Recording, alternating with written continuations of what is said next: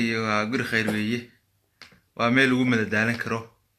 wixii jirana waxa weeye si tartiiba waxa weeye la isku gaarsiin karo waayadii horeeto TV iyo idaacado iyo dadka lacagta ka dhameyn jiray anigu sharaxna xataa kuwaan saa u bariyay waraysi iga qaada shacabba aan lahaynba marka Facebook wax badan buu fududeeyay bila loo baahan yahay weeye lagama maarmo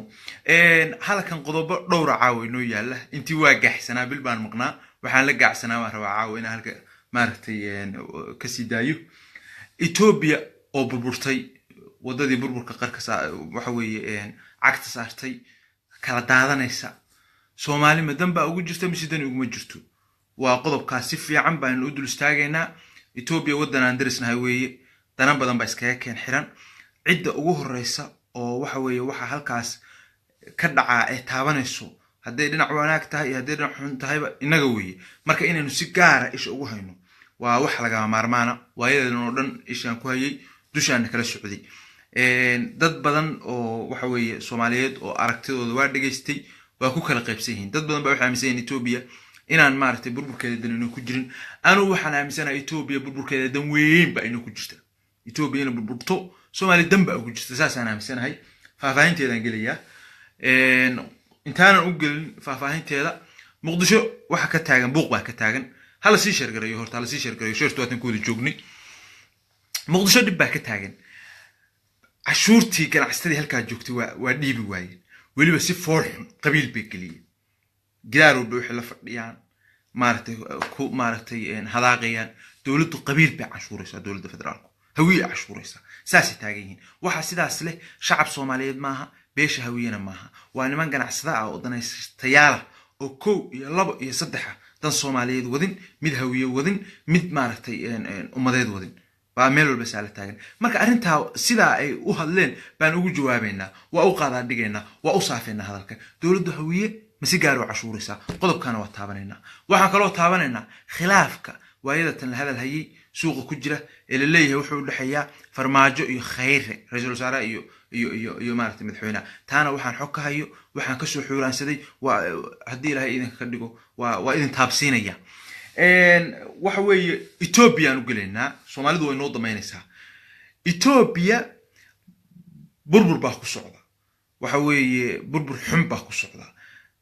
ummadii oo dhan waxa isla qirtay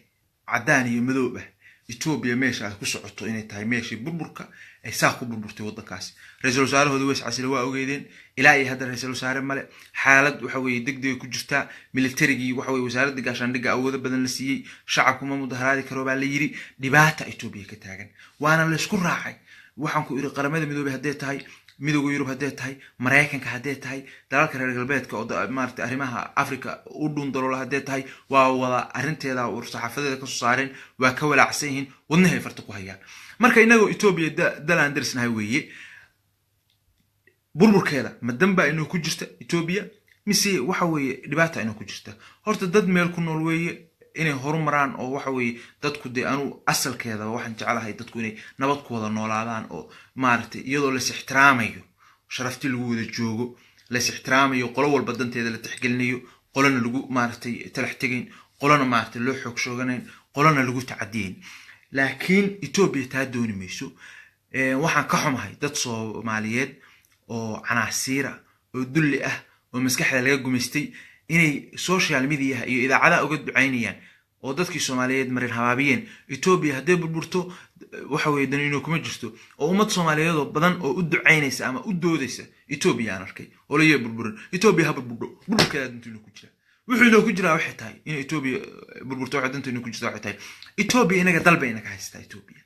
laba dal oo waxaan nahay dagaal soo kala dhexmareen waxaan nahay laba dal oo wali heshiis nabadeed aan kala saxan Soomaaliya iyo Ethiopia meel intay soo wada fariisteen wali ma kala saxan heshiis nabadeed ma kala saxan hadii dawladeeni hadii dhacday Ethiopia inama garab istaagin Ethiopia waa in ka faa'iideysatay waxaynu ka faa'iideysatay in inaga kala jarjarto inay qolo